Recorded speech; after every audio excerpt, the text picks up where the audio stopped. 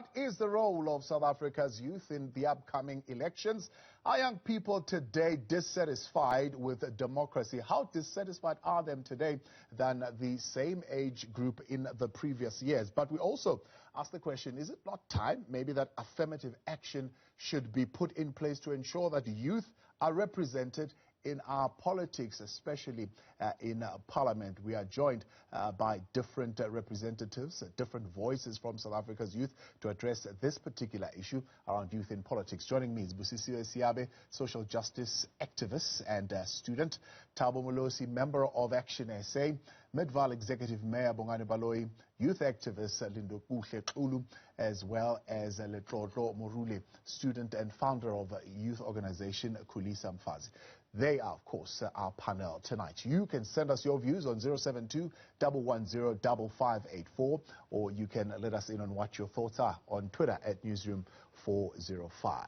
Good evening to you all, and thank you very much for joining us tonight here on In Focus. Mayor Baloyi, let's start with you. Are young people today dissatisfied with democracy, and are they more dissatisfied today than the previous generation of the same age?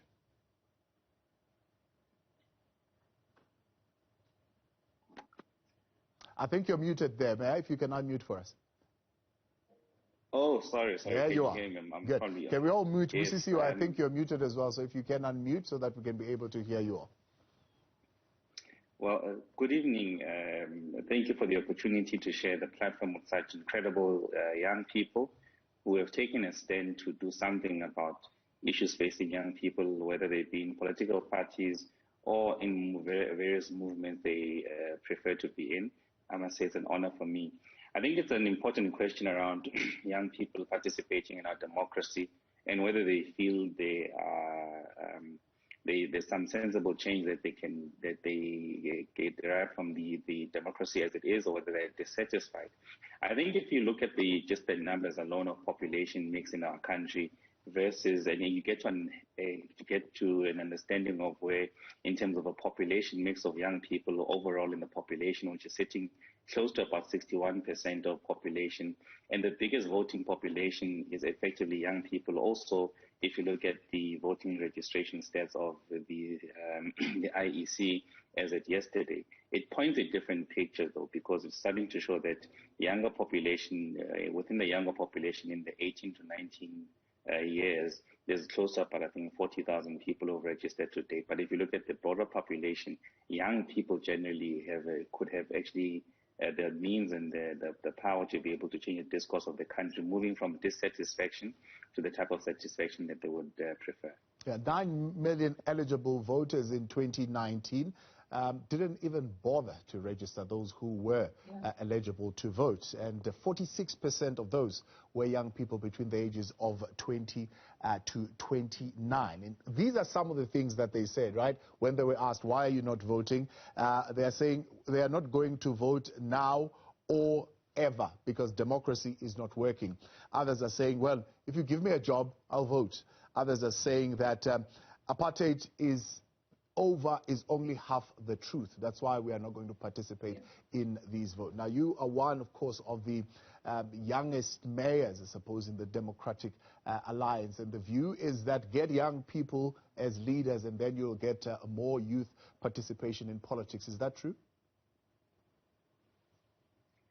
To some extent it is. I mean, young people need to see faces that look like them or of their age at these key positions, and equally young people who can demonstrate and have the ability to deliver the type of change which is needed in our society, but equally demonstrate the rare skill to govern, and to govern for all of the residents that fall within the jurisdiction.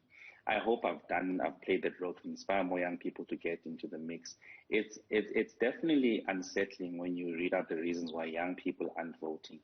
And if you understand the power that lies within young people to be able to deliver the type of change that can lead to the type of outcomes that young people want, I mean, it's quite important. And I think the deeper question is about, is there a product in the market, in the political market, that speaks directly to the issues of young people? And I'm sure that political parties, including my political party, must have a deep reflection about this, because numbers don't lie. if a number of such young people are not inspired and motivated to go and vote on the basis of the solutions and offerings we give them from a political point of view, it may suggest that the offering for them is not in the market. Lilokuhle, why is it that despite young people being active more than ever within the political protests, when it comes to engaging with the overall political process, we are seeing very, very low numbers turning out? Youth registration, in fact, dropped to its lowest levels in at least 20 years in 2019. Thank you, Potutabo. Greetings to you and the viewers at home. I think what is a fact here is that there's a participation of young people in politics, but there is a very small turnout when it comes to elections. And what might be a reason for that? But I am of the view that if you look in terms of service delivery protests, are initiated and led by young people, that on its own shows you that young people are politically active, are political conscious. If you look into advocacy of issues, where there's educational issues, young people at the forefront are the ones who initiated campaigns like Fees Must Fall. If you look in terms of holding government to account and you follow social networks like Twitter, you see that the dominant view and the dominant voice is the voice of young people. They are the ones who are holding government to account. So what does that mean is that young people are eager and they participate in democracy, but they do not vote. And why young people do not vote? My view is that young people feel excluded, right, in the economy. People vote because they want to protect something, right? They want to achieve something.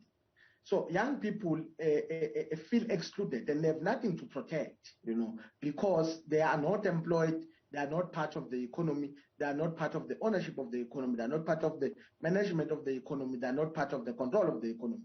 In actual fact, the Stats SA in its first quarter says that in the unemployment rate of 32.6%, 24.4% of that, it's a rate of unemployment of young people, right? So now, young people between the ages of 15 to 24, 63% of them are unemployed. Young people between the ages of 25 to 34, 41.3% of them are unemployed. So that shows you exactly the exclusion of young people in the economy and in participating in the economy. And that, in my view, is a source of the lack of willingness of young people and motivation in a way for young people to go and vote. Now, you've mentioned three, I suppose, formations or platforms. One, digital activism. Second, movements like Fees Must Fall, which were non-partisan, and other such platforms which were holding government accountable. Do you think that young activists still see a need, therefore, to associate themselves with partisan politics? Well, I am of the view that a larger portion of young people do see the need to be involved in issues that are affecting society. What is the need? What is the need if they are not reflected in those parties? Yeah, there's been a decline in terms of youth formation participation in South Africa, informed mainly by the decline of the activism of the ANC Youth League, firstly, and the ANC Youth League getting rid of leaders who were vocal and speaking on the issues that were affecting young people, and the decline of the voice of the Youth League in societal matters had an impact in young people being galvanized in party politics. So my view is that if you can get the Youth League right, you'll get a lot of young people who believe in the liberation movement active in politics. The reality is that a lot of young people, they do not have a vehicle to channel their grievances and their voice politically. But also, you also have a problem of democracy in other political parties, including the liberation movement. Young people are not prioritized when it comes to deployments there's been an outcry as we go to local government election that young people representation is actually less than 25% when they actually constitute a larger number of society. So political parties, including the liberation movement, are not doing well in terms of involving young people in representation, including parliament and councils. And if we can get representation of young people in political party structures, right, and afford them the voice and not suppress their movement and not suppress those who are vocal and not appoint what you can call prefects to lead them and allow them to choose their leaders, you can have a correct structures to galvanize, mobilize young people and fight for their interest and organize them behind the banners of political parties. I'm going to come back. I'll come back to that in a moment. Busi, let's bring you in here. Do young activists still see a need to associate themselves with political parties or partisan politics? It depends. I think when we consider the fact that when we look at the impact of COVID-19 and we understand the unemployment rate, and we look at, the independent ward candidates and, the rule of law, you begin to understand that there has been a shift, not only in youth participation in politics, but there's been a shift in politics in general, right? So from a perspective of looking at people who have suffered from socio-economic perspectives, you understand that they are likely to be discouraged. Right? So when we look at provinces like the Free State that have been in political turmoil in the past and of recent, you understand how it is not surprising that a large number of people are not willing to vote. This, of course, is the result from, the Ipsos survey that was recently conducted. But from a social activist perspective, I think we need to begin at, the fundamental understanding of why it is important to vote. I think young people, and particularly the youth, have not been educated or indoctrinated enough with the understanding that the Bill of Rights in South Africa's pioneering constitution grants all citizens aged 18 and older the right to vote. But the question often asked is whether voting will really make a change, right? And from a social justice perspective, I'm able to understand and I'm able to advocate that it does, right? Because voting gives you an opportunity to be part of decision-making that affects your life and the future of our country.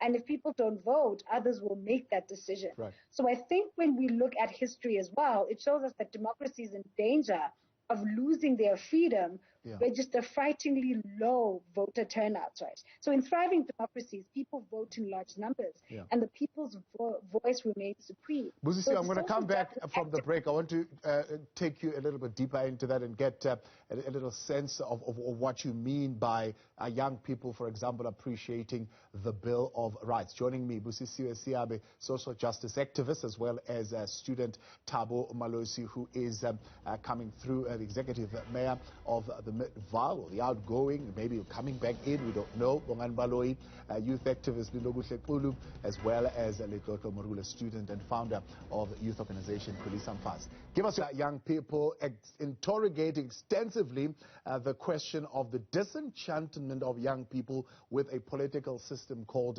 democracy. How will this impact the future of democracy with the low voter turnout and low engagement with the political process of voting by young people, even though they are politically active and politically aware? Before the break, Busisi, you were saying it's because maybe there's less education about important things like the Bill of Rights. Do you think that we are seeing a young people or a youthful generation that does not appreciate the struggle, the past struggle of democracy?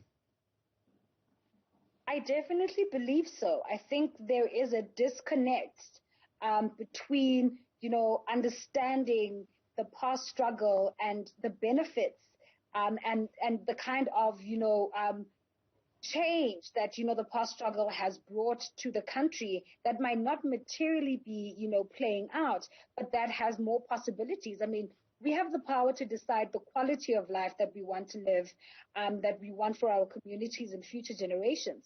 And thinking about the fact that even technology and connectivity means that our generation is probably the best informed and equipped to vote in South Africa's history. So social media and the internet is giving us access to information which previous generations of voters didn't have. We are becoming the experts ahead of our parents and grandparents. We have to be able to use these expertise to make sure that our country heads in the right direction.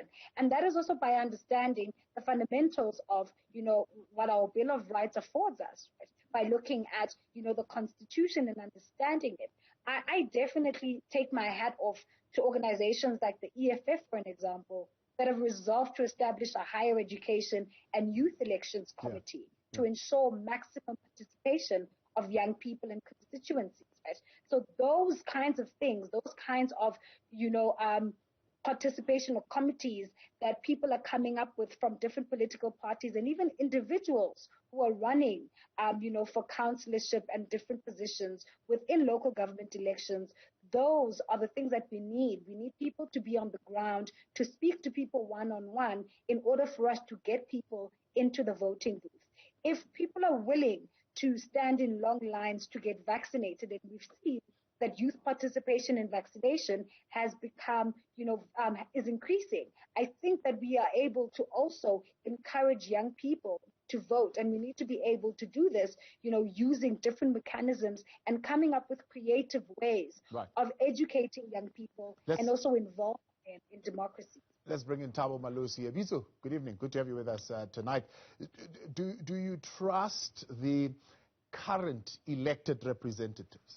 Right, and as young people, and what do you think are the big contributors to this discontent with the democratic system, right? We've mentioned, for example, poor economic performance. We've already mentioned high levels of youth unemployment as well as the wealth inequality. Do you think these are the only things that are top of mind for young people and leads them not to participate in this democratic process?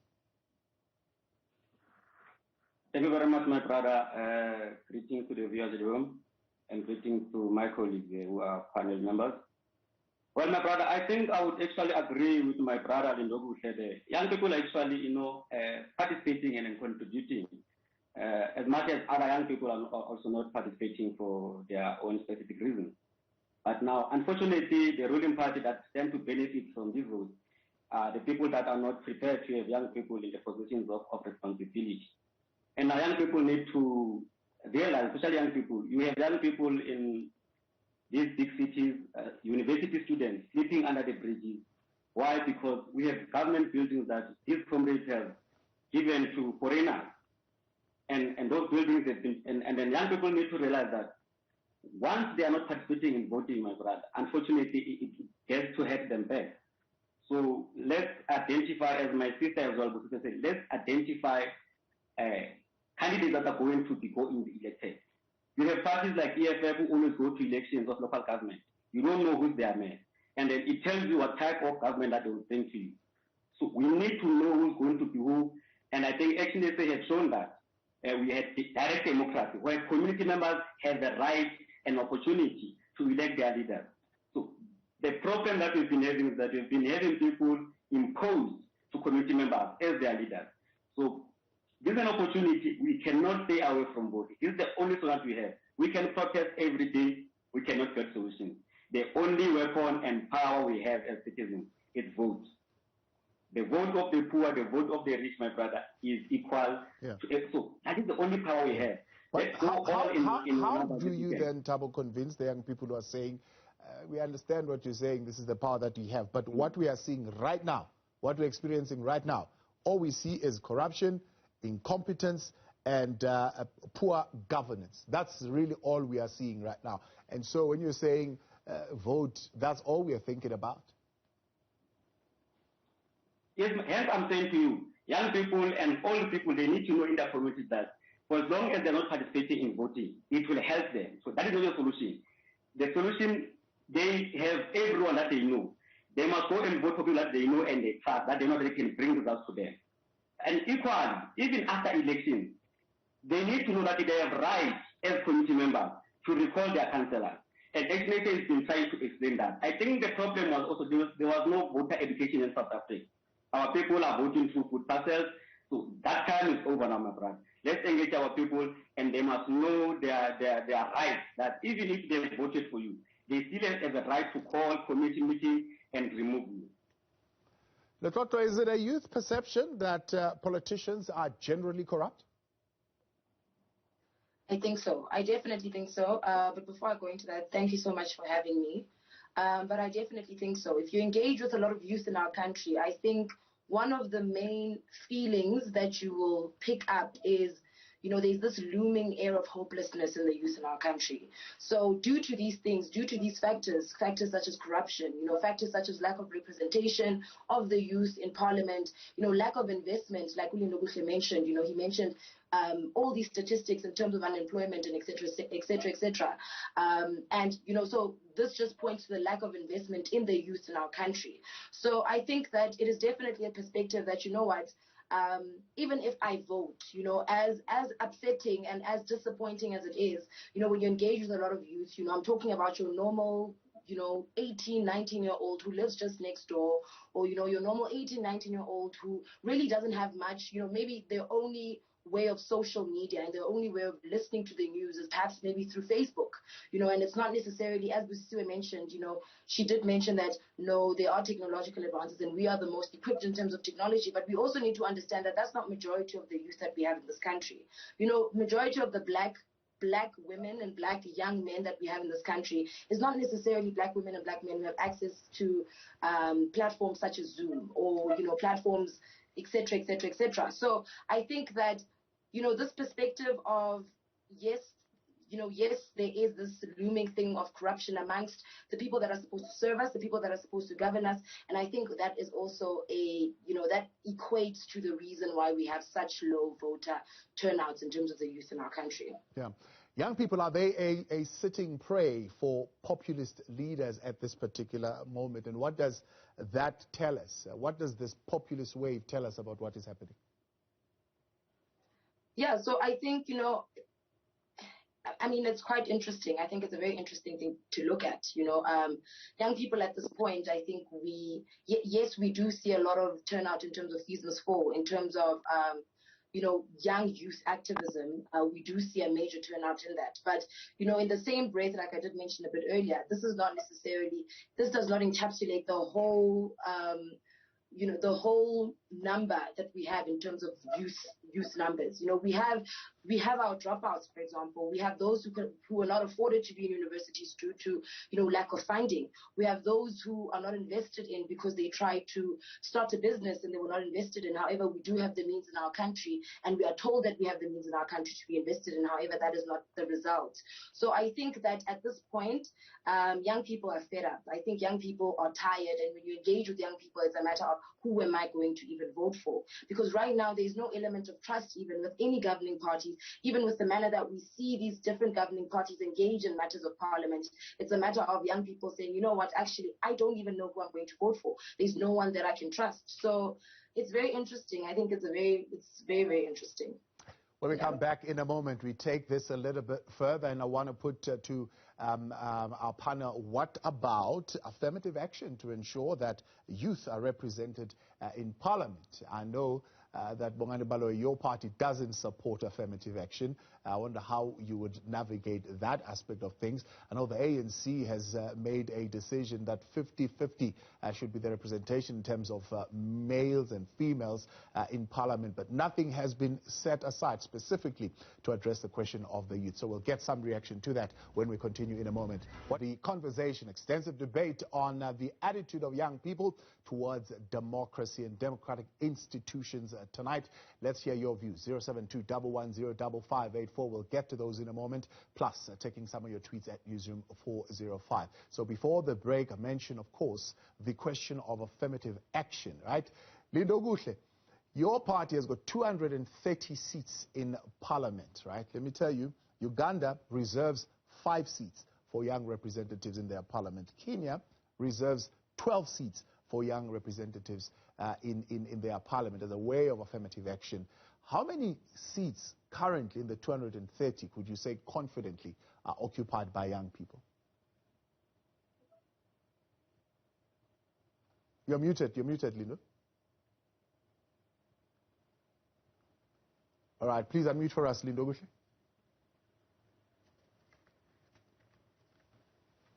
Lindo Bushe there joining us, youth activists, and we've got, yeah, there you are. You're unmuted now. You can come in. Yeah, I think young people are underrepresented in parliament in general, but they constitute a larger number and a larger portion of society. You know, in terms of young people who are less than 35, they are not more than 10 that I can count and that I know. So why is your party unable to say we are going to put at least of the 230, 50 seats are going to be occupied by young people if they are saying youth participation is something that should be taken seriously? Well, it's a family matter, my brother, but I can tell you that in the ANC you'll never champion issues of youth representation without the youth formation called the ANC Youth League. So as long as the ANC Youth League is not there, not revived, not rebuilt, you will hardly have a strong representation of young people in parliament. Not only in parliament, but will only suffer in terms of having a government that is sympathetic with policies to young people. You'll also suffer as far as the appointment of young people into cabinet is concerned. The president had a reshuffling not so long ago, and I don't even remember one person who's less than 35 who was appointed into that cabinet. So we owe that to the dysfunctional and to the dead ANC Youth League. That's why we have those problems that we have. We currently have we are in the process of rebuilding and reviving that ANC Youth League, and I can confidently say that those who have been appointed are competent men and women who are taking us to a Congress very soon, and we are going to address those issues. But I think yet though, when you vote, young people, they often vote the same way as their senior older citizens. Well, it's a culture, you know, there's what you call sins of incumbency. When you are in power, there are wrong things and there are things that are becoming that will happen.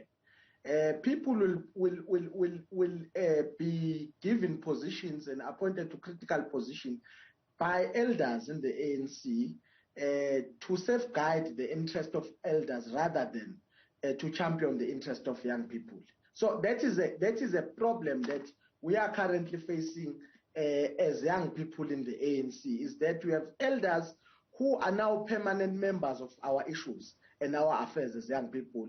We have elders who choose who must lead where, and if you seem problematic, you are excluded in a number of processes if you raise issues, because elders have gotten so used in the comfort zone. They don't want anything that will challenge them, that will challenge their interests. But it's upon young people in the ANC Youth League and in the ANC to change that. I know for a fact that there's a serious appetite on the ground to revive the Youth League, and Youth League has capable young people who have availed themselves for responsibility to lead it in different levels. And we have seen those young people, and we are certain that once the Congress of the Youth League sit, we will come out very strong with very strong young people who will lead it and who will liberate young people of this country. Because we believe that the reason why young people are not participating in voting and in politics is because they feel excluded.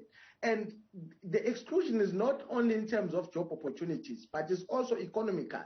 Our economy is still colonial in character. It still have retained or represent patterns of ownership, management and control of apartheid. You know, it is said that at least more than 50% of JSE is owned by at least 6 white companies. 80% of that is larger banks. The last time one checked, only 1.6% to 4% of JSE was owned by or had black people participating in it. So black people are actually excluded in the economy of this country. Even if you look into voter patterns, there is some racial distinction and differentiation and differences there and inconsistency. I want us to dig into that. Can our economy continue along those lines and still be confident that we will remain democratic? I'll come back to you in a moment, Lindo, but let's bring Bongani in because I want you to weigh in on this. Many countries, Bongani, moving to affirmative action to ensure youth participation in parliaments and in councils. Uganda I mentioned and Kenya I mentioned. I know your party does not believe in affirmative action. In fact, hugely opposed to it. But you've got 84, I think, or so seats in parliament. How many of those are occupied by young people and by what process? We take all of our public representatives through a standard process where they must prove themselves to be competent and able to deal and grasp with the complexities of government, whether in parliament or various legislatures or in councils. So, and our position is quite clear. You start with the set aside for young people, then what's next? Are you going to then follow with the set aside for LGBTQI plus A community and various others as well? I think our position is quite clear in that regard. And the young people who represent our party is not on the basis that just young people only, but it's because they are competent leaders in their own respect as well.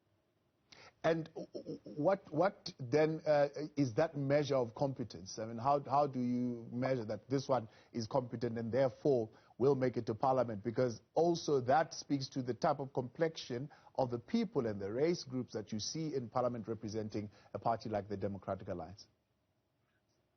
As I mentioned, we've got one system where everyone has to go through that system and they must prove themselves competent in that process. So there's no system different for Bongani or for a Jack Bloom as an example. It's the same system. So they must present themselves. And we've seen recently even the ANC has adopted such a system where now candidates must present themselves and be able to be tested by their parties, which is something we've been doing for some time to be able to ensure that we get the best leaders out to ensure that they go and represent our party and subsequently have a good input into the discourse about where our country is going. And how do you explain the hostility towards some of those leaders? I mean, that means that process is not foolproof, or are you saying those leaders are now incompetent? Which hostilities? To which leaders? Leaders like Herman Mashaba, leaders like Musi Maimane, leaders like Patigizela, who've just left the party. I mean, there are a number of them, particularly black, who experience a lot of hostility within the party. Do they all of a sudden become incompetent? No. You see, you're conflating issues. What I was addressing is a process through which public representatives are selected. Now, what you are raising is sentiments raised by leaders of the party, some whom have left the party, or some are still members of the party and who have raised their experiences in one or two processes of the party. So those are two separate things. If you want to talk about the Musi issue and the Matigizela issue, those are separate cases. And I'm quite happy to talk about them separate to what we're talking about today, because if you try and conflate the two to raise one point, I think you will miss the point totally. All right, let's. But I can answer on his behalf. Wait, Busi Siwa, you want to weigh in? Okay, come on in. I feel like I'm in a twilight zone at this particular point in time. Lindo Guhle is out here speaking about the revival of the ANC Youth League and speaking about how the economy is a very white economy, yet it is the very same governing party that continues to reinforce this neoliberal, right, kind of governance, this neoliberal economy. So I don't understand what this new revival is supposedly supposed to bring, because we haven't seen its effects on the ground, right? We haven't seen it tangibly changing young people's lives. More than anything, the unemployment rate has increased. Then Bongani comes and tells us about the selection process in the DA. And, you know, when you raise the question of Musi Maimane, and I think we must also raise the question of, you know, Lindiwe Mazibuko recently on her Twitter rant, right? We can't ignore it, because her experiences and Musi's experiences are the experiences of a lot of black people within the party. So now Bongani comes across as a token, right? A token of, you know, the DA trying to defend a party that continually presents itself or continually is accused of being, you know, racially segregated, of being somewhat racist to some degree. So I feel like I'm in the twilight zone when it comes to, you know, this language of the ANC and the DA But I think what we need to think about and what we need to consider is that, local government elections are very important, and they measure the material terms, and they also measure in material terms the success and failures of governance, right? And we have seen that the ANC has failed in terms of the material terms of success in governance. We have seen that even the DA, especially in the Western Cape, has failed when looking at the material terms of successes within governance, right? So local government is precisely the time to be honest. Never mind the revolutionaries, never mind, the kind of politics that people perpetuate by throwing Nelson Mandela in our face, by throwing Oliver Tambo in our face as a campaigning tool, and using the dead to actually perpetuate a narrative that they are doing something that is tangibly changing people's lives. Now is the time for us to ask, what have you done for me lately? And can I trust you to do better next time around? We need to start looking at this year's elections from a particular perspective, that there is an opportunity, there's a grand opportunity to take a hard and intellectually honest look at politicians, right? So we need to look at what they have achieved in their current and previous positions and determine whether they can do better or even work harder. Quick one, Busi, before we go to the break. What will it take to end the long presence of the incumbent party? We need a change in governance, right, from a local government perspective. We need to be able to give other parties an opportunity to be able to present or to be able to essentially provide success in governance. We need to be looking at parties like the EFF and what they can do. We need to be looking at the parties like the PAC and what they can do. We need to be looking at alternatives outside of the ANC, because we are locked in this perpetual game with the ANC, where they promise us things, where they only give out food parcels when it's elections, when they only start fixing roads when it's voting time, when they only start providing grants when it's voting time, when they actually just give us bits and pieces when it's convenient for them. We need to move. That is abuse, right? That is an abuse not only of power, but it's also an abuse of, the Constitution and the Bill of Rights and what it provides us as people to be able to have a democracy that takes care of its people, able to have a government that is able to feed, that is able to provide economic opportunities, and that is able to move this country from, the colonial past and the apartheid history and the apartheid structural connotations that still exist in our society.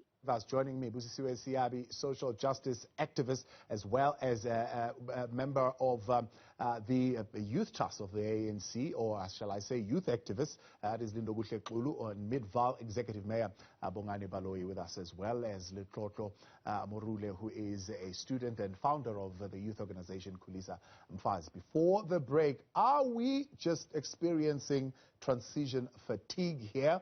Or indeed, as Busisiwe is saying, we're stuck in the twilight zone where it just keeps going over and over and over again, the economy in the hands of the ANC, yet we still want to be confident that we are a democracy. Lindokuhle?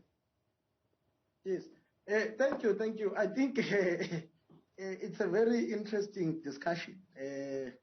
And it's not a surprise that the DA does not support affirmative action. You'll remember that affirmative action is a policy aimed in correcting the wrongs of apartheid. But now the DA is a former national party. You'll remember that for a DA to be formed, the national party was swallowed by the ANC. And those conservative white people who were ultra-right white people who did not want to accept democracy went and formed the DA. But for a political survival of DA, it had to go and fundraise some black people, unemployed black people. Hence, the DA is bragging about having a youngest rented black mayor, because that is what DA does. It rent black people for leadership. When their contract expires, it kicks them out, like Musi Maimane, like Hemen Mashaba, and my brother here, once his relevant is run out, is going to be kicked out. and we are ready to accept him in the ANC. But we must make a point that DA exists for, protecting white privilege and defending what is remaining of apartheid. Defend the legacy of the ANC. Now you're done with the DA. No. Defend the legacy of the ANC. The question is, can our economy remain in the hands of the ANC and we stay confident that we will remain democratic? I mean, what we saw in the unrest in July is a big challenge. Mandela, can you also come in? I gave him a chance. You'll get an opportunity. You'll get an opportunity. I'll come back to you. Lindo, wrap it up then. Winnie Mandela often said that the ANC is not in power, is in government, right? So that is what we must put in mind, we must have in mind. But there's also, what backs this up is that if you look carefully, white young people vote and black young people do not vote. Why? Because black young people feel excluded in the economy, not because the ANC has not done right. Actually, some of the things that the ANC will have done by now have been reversed by DA that is governing in opposition benches through courts. Because every progressive thing that the ANC is doing in government to change the lives of black people, the DA runs to court. To protect the status quo and to protect the privilege. Now, I want to come back to Sisubusiwe. It's important that I think that she really forgot her red T-shirt of the EFF, but she speaks very, very EFF. I think the council term of office from 2016 to 2021 has proven itself that there will be no South Africa without the ANC. Today, you do not have the council and you do not have stability in Tswana because of the coalition that was a collapse more by the EFF that used very corrupt means to run council, of being in the background and control those who are in council. EFF today is accused of stealing billions of rands from Johannesburg fleet contract. And stability only returned in unfortunately not here to respond for themselves in Ndobishe, so it would be unfair that you would talk about them when they are not here to respond to themselves.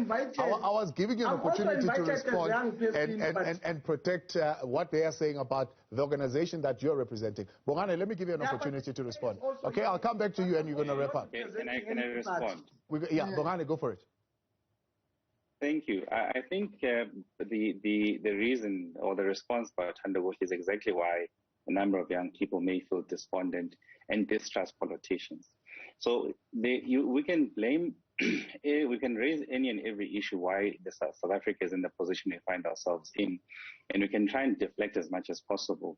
We can't change the fact that a number of people whom were expecting services for the past 25, 27 years have not received some of those services. The fact that if you look at the Auditor General year on year, it's billion rands that go towards fruitless, irregular, and wasteful expenditure, and to a great extent, corruption. And 90% of these ANC councils, where you see Abolindo who've got proximity to leaders who are far more in a better situation and access to resources. So no, relax, my brother. I haven't gotten to you just yet. I'm not going to do it today, though. The point I'm making is that you neglect the mere reasons why young people who are in Mfuleni, who, when they have to go to a library, they must cross a street, which is a kilometer of sewer running down the street. They get to a library, there's no water, there's no books, it's not even stocked, there's no social infrastructure. Those young people cannot say it's because we're excluded economically. Firstly, they say our government has not provided what it should be providing to us, to have the opportunities and infrastructure that we need where we live. Put aside the economy for the purpose of this conversation. These are the young people who are then saying, what is the purpose for us voting? Because we're seeing that those who have access to resources are getting more richer, they're driving more beautiful cars. Instead, we are the ones who, when there's issues in our communities, we must be at the forefront, barricading roads because now we are angry and we want to find solutions outside of the current system that works at this stage. And to an extent, I connect with the other speakers that raised the issue about the twilight. I think it's quite correct. And this conversation has made me realize that we are precisely part of the reason why people actually don't relate to us and don't actually realize that there's a solution amongst the current products which are available in the market. And it's incumbent on us politicians and our political parties to have this reflection that young people can actually find solutions for themselves outside of ANC or even the DA for that matter, as they are currently doing, because it's not even a small percentage of young people who are active party political card-carrying members if you look at the population of young people. So that simply says to us what we are doing is not sufficient. In fact, what you need to do in the way, when you need to speak to your leaders and say, the worst performing municipalities where they're thieving, where it's open season for your leaders to steal and loot as much as they want, putting young people in a worse off position, you must actually have the conversation with them and saying, but leaders, you have messed up here. In fact, you are part of the reason that these things is affecting us and affecting our body politics in this manner. Instead of posturing here and deflecting and talking of things that mean nothing in the context of our conversation, the truth here, simply put, is that the ANC has stuffed up its mandate. Yeah, but I think just to respond quickly, I think the models of development in our country, I'm of the view that the worst performing municipality in our country is City of Tshwane, and is not governed by the ANC, by the way, but is the worst performing municipality. It can't even constitute council. That is how worst performing it is. But I think, it is absolutely very arrogant for you to say there is no South Africa without the ANC. That is my belief. Is mind blowing, because that is the there's no Tswane today without the ANC. Continue to subject people to. Letoto, I'm coming to you. I saw you, Letoto. First service delivery, to subject people to this neoliberal government and exclusion of the economy. You're constantly saying young people don't want to vote because they're excluded from the economy. Who essentially has the ability to include and to subject young people to the economy? It's the ANC, which has failed. So for you to say that, all right, hold on, Lindo, hold on. Busisiwe, let's get Letoto to come in here. I'm going to give you a minute, give Lindo a minute, and we are out of time. Letoto? Thanks. So I have to agree with Busisiwe on this. I think, Leno Buhle, you are very arrogant, and I think this is also one of the main issues and the main reasons why we will never ever progress in this country. Because even young people such as yourself, Lindo Buhle, you are still hanging on the narrative of apartheid and, your O.R. Tambos and your Nelson Mandelas, and you are still hanging on the fact that there's no South Africa without ANC. You are hanging on the fact that the only reason why we have South Africa, and bear in mind also that I will always appreciate the fights and the struggles of our forefathers and our foremothers, and and the liberations. Appreciate that as Black individuals. However, you as a young person, even with all the failures that you have seen in the last 25 years, in the lack of service delivery, in the lack in children still in schools and they use pit toilets without toilets being built for kids, with the lack of dignity that us, especially as Black human beings, face, you as a young person, you are very irresponsible also to actually still hang on to that narrative of there is no ANC without South Africa, or rather also the fact that we have done so much, we have tried everything, and the fact that right now, I think this is the reason why also that we will never get anywhere, especially as youth, also because of this division. Bongani also, in the same breath, you failed when Thabo asked you about the processes and asked you about the processes of being a member of parliament. You failed to acknowledge the intersectionality that harms us as Black women, harms us as Black individuals, that takes place in the DA. So now if we constantly have these contrasting views of an ANC young youth member saying, they have done everything that they possibly could have done in the last 25 years. We also have Bongani, a Black man who says, you know what, the processes are just processes, and to be very honest, you dismiss that we will get that to that later. It's very dangerous, and we will move nowhere as the youth of this country if this is the attitude that we have as the youth. Letoto, I appreciate you. You really have literally less than a minute, 45 seconds. Yes, no, I appreciate the views. However, I am of the strong view that there will be no South Africa without the ANC, because there's a practical example that has happened in Tshwane, happened in Joburg, Nelson Mandela Bay. Everywhere we have taken the ANC out, government. I'm sorry, I refuse to I be live here. I live here. We are struck. I live here. All right, this is where we leave it. Unfortunately, we are completely out of time. Busisiwe Siyabe, appreciate your time. Litlotlo, thank you for coming through. Mayor Bongani, thank you very much for your time. Youth activists there, Lindo Guhle Xulu, as well as Thabo Molosi joining us earlier on because of connection. We couldn't continue with that conversation. That's where we leave it for tonight.